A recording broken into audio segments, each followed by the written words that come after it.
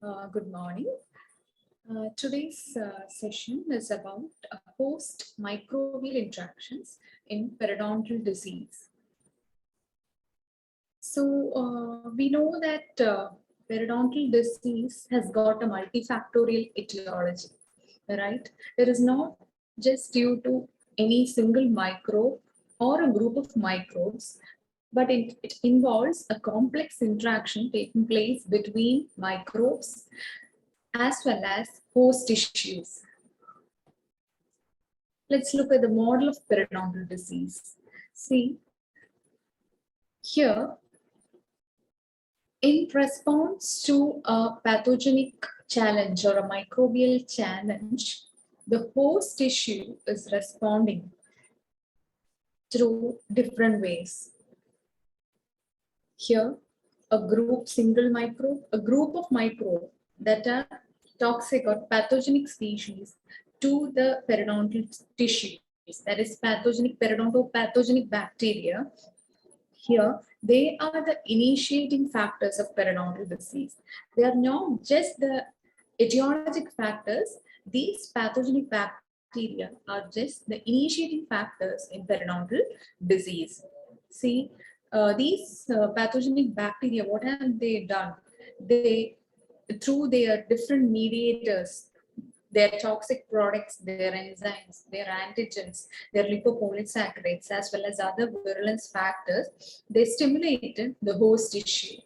The host tissue in turn responded to the stimulus through the production of antibodies, through the production of neutrophils as a first line of defense, followed by antibodies, followed by a wide variety of anti-inflammatory, pro-inflammatory mediators like cytokines, prostaglandins, matrix metalloproteinases, which are a group of enzymes, zinc-dependent enzymes. So the host tissue responded to this microbial challenge in different ways. And where is the host tissue produced all these mediators, right? And where are these mediators produced into? They are produced within the body itself. So within the body, the host tissue has produced mediators directed against the pathogens, ultimately resulting in some amount of tissue destruction within the host, both of soft tissue as well as hard tissue, finally resulting in signs and symptoms of disease. So this has happened, or this is the basic pathogenic mechanism in periodontal disease. Apart from that, the presence of risk factors, whether it is environmental, acquired, or any kind of genetic, will increase the chance of occurrence of periodontal disease. So thus, it is very clear that it is not just the microbes resulting in causing periodontal disease, but it is the result of periodontal disease, the result of complex interaction between the host as well as microbes. So it is a complex interaction between the host tissues as well as a variety of microbes, especially pathogenic species towards the periodontal tissues, resulting in periodontal disease. So let's have a look at the microbiological aspect as well as immunological aspect of host tissue interactions. First, let's have a look into the microbiological aspect of host tissue interaction. So the microbes can produce destruction of host tissues either directly or indirectly through host response, that is by stimulating host tissues. So coming to the microbiological aspect as such, we know that we have different methods. So the host body has got different mechanisms in order to escape this microbiological activity or this microbiological invasion. It has got saliva, oral cavity has got saliva. It has got gingival crevicular fluid flowing within the gingival sulcus. So all these mechanisms, the saliva, the GCF, are provided with wide variety of enzymes, wide variety of anti-inflammatory mediators, in order to protect the host tissues from any kind of microbe as well as microbial products. Apart from that, these saliva, the saliva as well as GCF will also prevent any kind of microbial adherence to the host tissues. But let's see this table. You can see the microbes, they attach to hard tissue surfaces of the body. That is, within the oral cavity, the microbes, various microbes have been seen to attach to tooth surface, to the exposed tooth surface, to the exposed root surfaces. Some of them even attach to tissue. Some of the microbes can attach to pre-existing plaque mass, or even they can attach to calculus. So how are these microbes getting attached to these tissues? Certain microbes like A. viscosus, S. mitis, F. nucleatum, they use their adhesins, they use fimbriae in order to get attached to saliva-coated tooth surface. So in response to this fimbriae, we have a complementary receptor is present over the surface of the tooth for the fimbriae to attach. So the microbe has got fimbriae on its surface. Microbe get attached to tooth surface with the help of this fimbriae. A receptor complementary to this fimbriae is present on the tooth, and those are proline-rich proteins and the saliva-coated hydroxyapatite surface. Similarly, numerous microbes like P. gingivalis, A. viscosus, T. denicola, then A. nasonundi, P. intermedia, they utilize their fimbriae, surface proteins, the membrane proteins, etc., for getting attached to epithelial cells, to the neutrophils, to the connective tissue, to the fibroblast, with the help of various receptors like galactosyl as well as mannose residues, fibronogen, fibronectin. All these receptors are present on the tissue to which the microbes get attached with the help of all these surface adhesins. Similarly, numerous microbes like Strep sanguis, A. nasonundi, A. israeli, sanguis, as well as P. gingivalis, they will use all these then C. ocraceae, P. loceae, F. nucleatum, all these species, they'll use these substrates as other group of microorganisms. These are the substrates. So certain microbes like C. ocraceae, P. loceae, F. nucleatum, they will utilize heat sensitive protein, fimbrial protein, their outer membrane protein as adhesins to get attached to other pre-existing group of microbes. And they'll be having the complementary receptors for these adhesins. So these are the different mechanisms by which microbes are getting attached to tooth surfaces. Once, apart from that, certain microbes are also found to invade host tissues. Those microbes are especially seen in severe periodontitis conditions, aggressive periodontitis, the necrotizing ulcerative periodontitis conditions, as well as even in necrotizing ulcerative gingivitis. It has been found out that this tissue invasion is usually seen during periods of disease activity. You know that periodontal disease has got periods of rest as well as periods of activity. It is during these periods of activity there occurs tissue invasion. Tissue invasion has been found to be occurring during this periods of disease activity, during which the signs and symptoms of periodontal disease appear. They are predominant. Certain microorganisms are also able to evade host defense mechanisms apart from invading the host defense mechanisms. And those microbes are P. gingivalis, Capnocytophaga, A. nucleate, A. comitum, F. nucleatum, then T. denticola, Tannerella forsythia. So all these microbes, they possess certain enzymes like immunoglobulin degrading proteases, leukotoxin, by which they can degrade the specific antibody. They can escape the defense mechanism by the host. Look at A. comitans. It produces leukotoxin, by which it can inhibit the neutrophil function. It can even destroy neutrophil. Similarly, heat-sensitive proteins, capsule, superoxide production can be inhibited by certain microbes. Then the leukocytic activity, AA committens at nucleatum tannerula forsythia P intermedia, can cause either apoptosis or killing of mature T cells as well as B cells. Similarly, P. gingivalis is also able to inhibit the production of interleukin 8. Interleukin 8, is an important chemotactic factor for neutrophils. So P. gingivalis can inhibit the chemotaxis of neutrophils to the area of pathogenic microbial challenge. So these are the different mechanisms by which microbes try to escape. Microbes escape the host defense mechanism.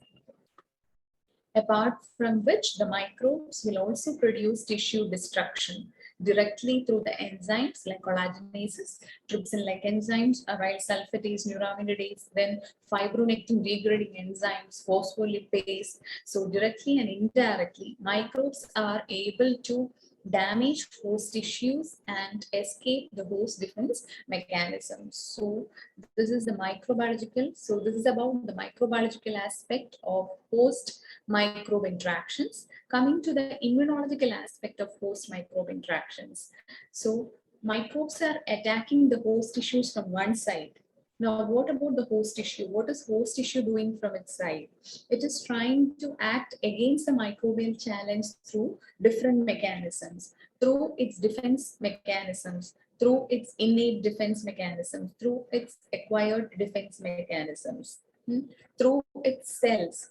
Through the acute as well as chronic inflammatory cells present within the body, through the neutrophils, through the macrophages, through the lymphocytes in different ways. Among this, first comes the neutrophils. They form the first line of defense. The neutrophils, it possess numerous enzymes. Neutrophils can directly produce tissue destruction. It can cause neutrophil-mediated tissue, it can neutrophil-mediated killing of the cells, of the microbes. It has got oxygen-dependent as well as independent killing mechanisms.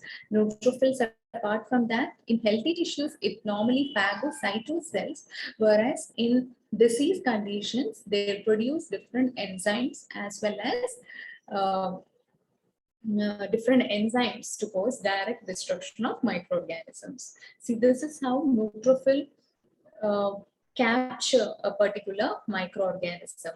By initially, the microorganism or the target organism will get coated by an opsonins, and this opsonin get detected by the neutrophil with its particular receptor. Once the neutrophil detects the organism, codes the organism, recognizes the organism as a target. Once it is coated by opsonin, then it is phagocytosed into a lysosome, into a phagosome, and this phagosome fuses with lysosome. See here, you can see a phagosome. It fuses with the lysosome to form phagolysosome, and this lysosome it is a bag of enzymes. So it contains numerous enzymes, and these enzymes get released within the phagolysosome, causing destruction of the phagocytosed organism. So this is how a neutrophil that is present normally within the circulation get released out of the blood vessel in response to a microbial challenge from the epithelial side. Through microbial challenge from the epithelial side, the neutrophil escape or it come out of the blood vessel and it moves to the site of tissue invasion, or it moves to the site of pathogenic activity or pathogenic invasion through chemotaxis, and it will destroy the pathogen through different mechanisms, either direct killing or indirect killing mechanisms. So it has been found out that in conditions where there is either defective production of neutrophils or defective function of neutrophils, periodontal disease are usually seen in more severe state. So aggressive periodontitis is usually seen in situation where there is neutropenia, where there is agranulocytosis. Similarly, Chediak-Higashi syndrome is another condition where there is defective neutrophil chemotaxis as well as secretion.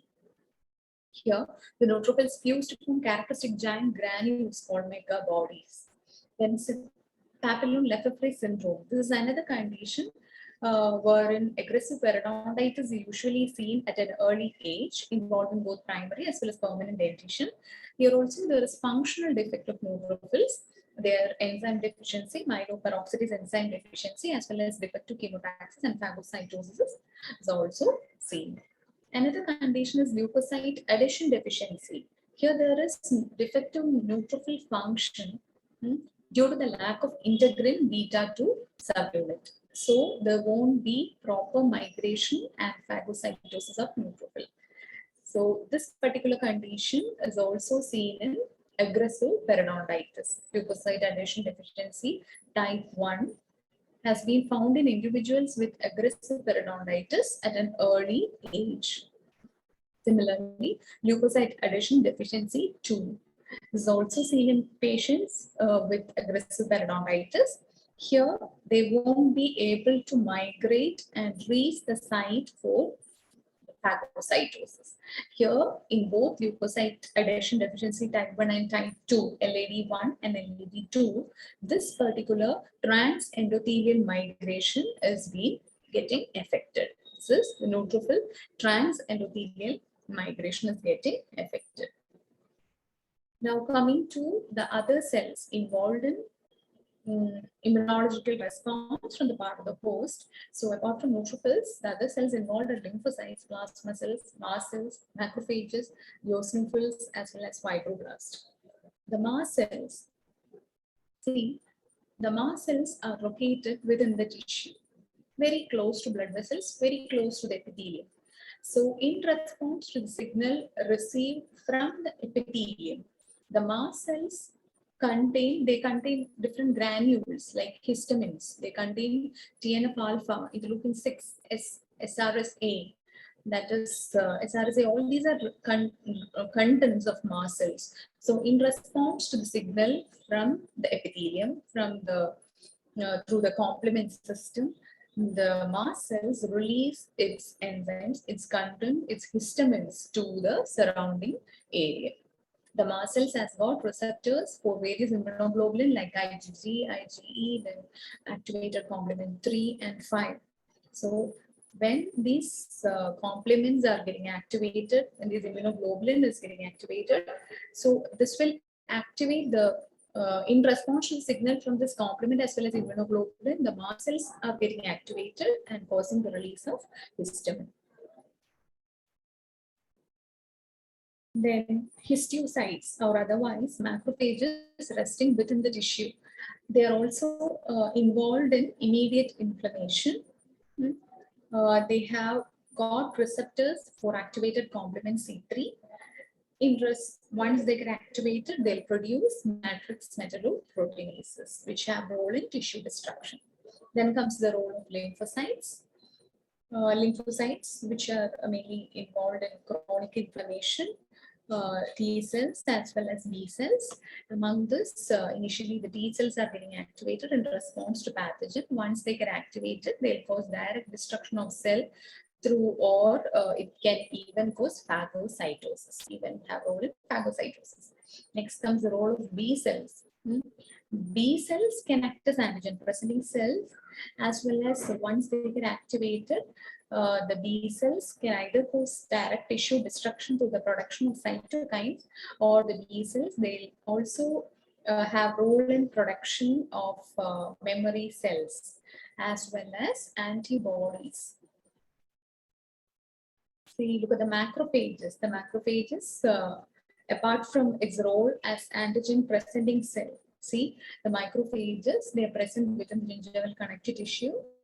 So the macrophages can also receive the signal whenever a foreign agent or a pathogenic agent comes into contact with the gingival epithelium. So the macrophage also receives signal, and it can even act as an antigen presenting cell, or after the phagocytosis, once the macrophage phagocytose pathogen, it will detect specific antigen from the microbial surfaces and it will present this antigen to T cells. So macrophages also act as an antigen presenting cell apart from its role as in phagocytosis.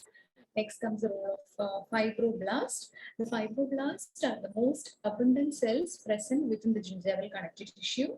The fibroblasts, these cells have also role in immune response. Unlike apart from the other inflammatory cells, these fibroblasts have also got an important role to play in immunology in the post microbial interaction of periodontal disease.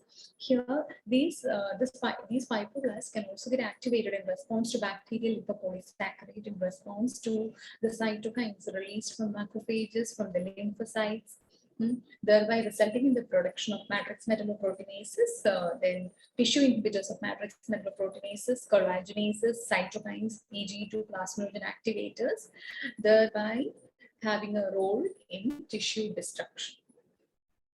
So, thus, whenever in response, look at this picture here, we have microbial plaque in the gingival sulcus. So, what is happening? What all things can happen in response to a microbial challenge is being shown here. So, in response to microbial challenge, see what is happening. The complement system is getting activated.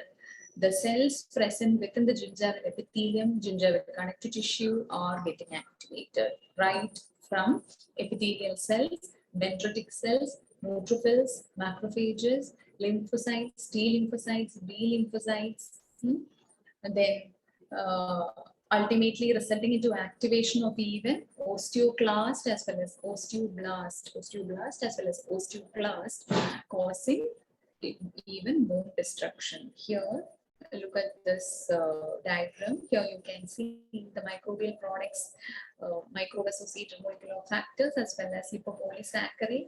They can transform the stromal cell. They can transform the osteoblast, fibroblasts, T cells, B cells. They can transform all these, they can cause the transformation of osteoclast into an active osteoclast. That is, an osteoclast precursor is a monocyte. That is, the monocyte can get transformed into an osteoclast precursor cell, and which can differentiate into an active osteoclast. Similarly, stromal cells, fibroblast, osteoblast can all get, they can all through rank-Wrangle interaction, they can cause transformation of osteoclast precursors to osteoclast. Similarly, T cells and B cells, in the presence of lipopolysaccharides as well as microbe-associated molecular factors, they can also cause rank-Wrangle interaction, Wrangle that is expressed over the T cells and B cells, and rank that is expressed over the osteoclast precursor cell to get transformed, to get activated and differentiated into an active osteoclast. Thus, it is very clear that periodontal disease is not just due to the presence of a single pathogen or a group of pathogens. It involves a complex interaction between microbe as well as the host tissue. Like any other chronic disease,